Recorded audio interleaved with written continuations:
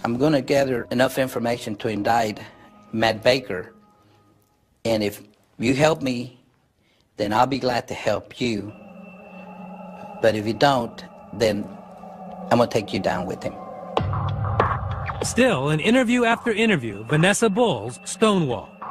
She never admitted to an affair? She never admitted to affairs. She never admitted to having any knowledge of the murder. But then Rodriguez sets a trap, tells Vanessa over and over he does not believe her story, and warns her that a secret grand jury was being formed, and the stakes were high if she lied there.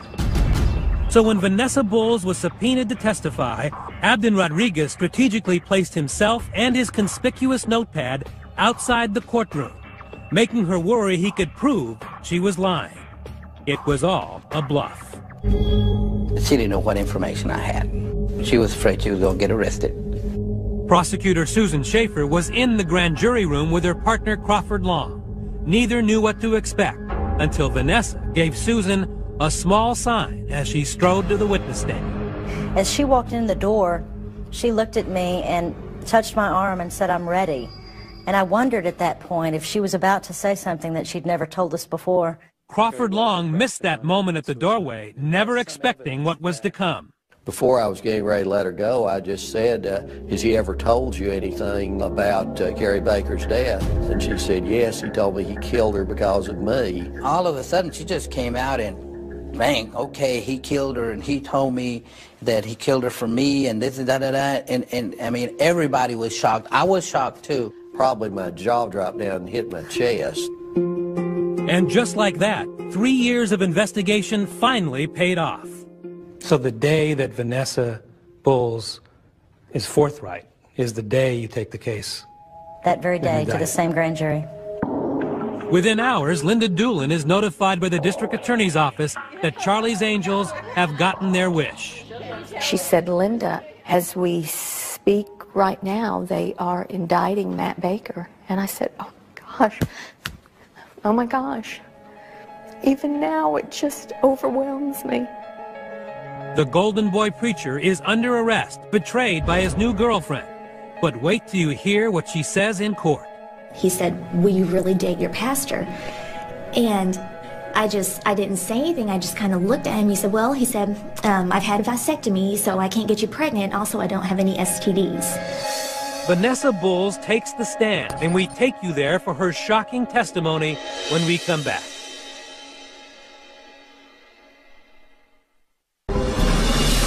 And we have breaking news for you now concerning that case of a former preacher accused of murdering his... March 25th, 2009. Almost a full 3 years after Carrie Baker was found nearly naked and thoroughly dead in the master bedroom suite of her Waco, Texas home. Her husband, Matt, is finally under arrest and charged with her murder. Matt's accused of drugging and suffocating her and then making her death appear to be a suicide. Waco's preacher was now in the eyes of police and prosecutors the murdering minister, briefly put behind bars but released on bond to help prepare for the trial of his life. All because the woman he may have killed for, the woman who protected him and lied to police for him time after time, had flipped and was now the star witness for the prosecution. There's an old saying, if you're going to prosecute the devil, you may have to go to hell for your witnesses. Do you solemnly swear the testimony you're giving this matter to be the truth, the whole truth, and nothing but the truth, so help you God? I do. She dressed plainly for court, not the devil with the blue dress on as she takes the stand. But she is seething, aware that her story may not only convict her former lover, it will surely make her look very bad as well. I could possibly lose my job because of this. Ever since he got released from jail, I sleep with a crystal nail file next to my bed. Yes, I am scared of him, but I'm saying things right now. Vanessa Bowles, a 24-year-old striking blonde single mom, 7 years younger and importantly enough to Matt Baker, she says, perhaps 80 pounds lighter than his wife. He referred to her as a fat bitch, said that he couldn't stand how fat she had gotten, said that he wanted her out of his life. Vanessa and Matt started their affair about 2 months before Carrie died. Vanessa, daughter of the music director at Pastor Baker's Crossroad Church, had just been through a painful divorce, and she says Matt saw his chance at seduction. He would start saying things like, you know, oh, you're so gorgeous. He said, whoever finds you is going to be a lucky man. Flirting, she says, at every opportunity. He came by and was kind of smiling. He said, oh, don't date other guys, just date your pastor. After that, there was some kind of church potluck. I was outside getting some food, and he started walking down the hallway, and he kind of motioned for me to walk down that way. He said, will you really date your pastor? And I didn't say anything. I just kind of looked at him. He said, well, he said, I've had a vasectomy, so I can't get you pregnant. Also, I don't have any STDs.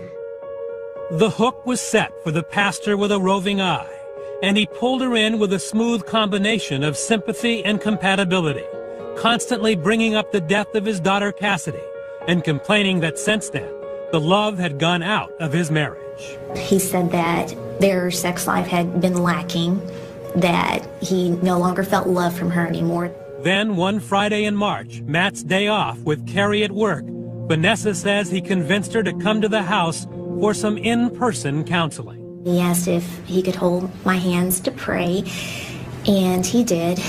Then afterwards, he started to kiss me. Where did things progress from there? Then he just took my hand and led me to the bedroom. They had sex in the marital bed, the same place Carrie would die just a month later. That was the point in my life I wasn't thinking straight. So are you trying to make excuses now for the decisions that you made then? Absolutely not. I own everything. Vanessa does say she could not believe she had become the other woman and felt terrible. But she says Matt Baker, her preacher, was right there to console her with these telling words.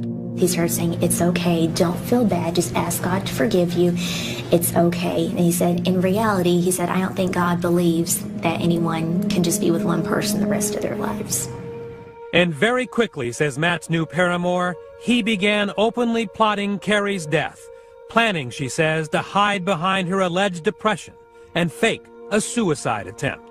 He said that she took sleeping pills every night, so maybe he could make it look like she overdosed on sleeping pills. He talked initially about maybe putting something in a milkshake.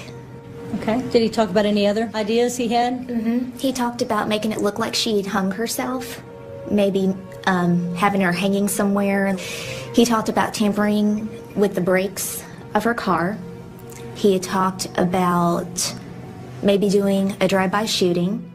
Chilling testimony, and very hard for Carrie Baker's mother, who was right there sitting through it all, flinching from the matter-of-fact details about plotting her daughter's death, and yet silently rooting Vanessa on. What I saw from Vanessa's testimony was a man who was much more evil than even I believed he was.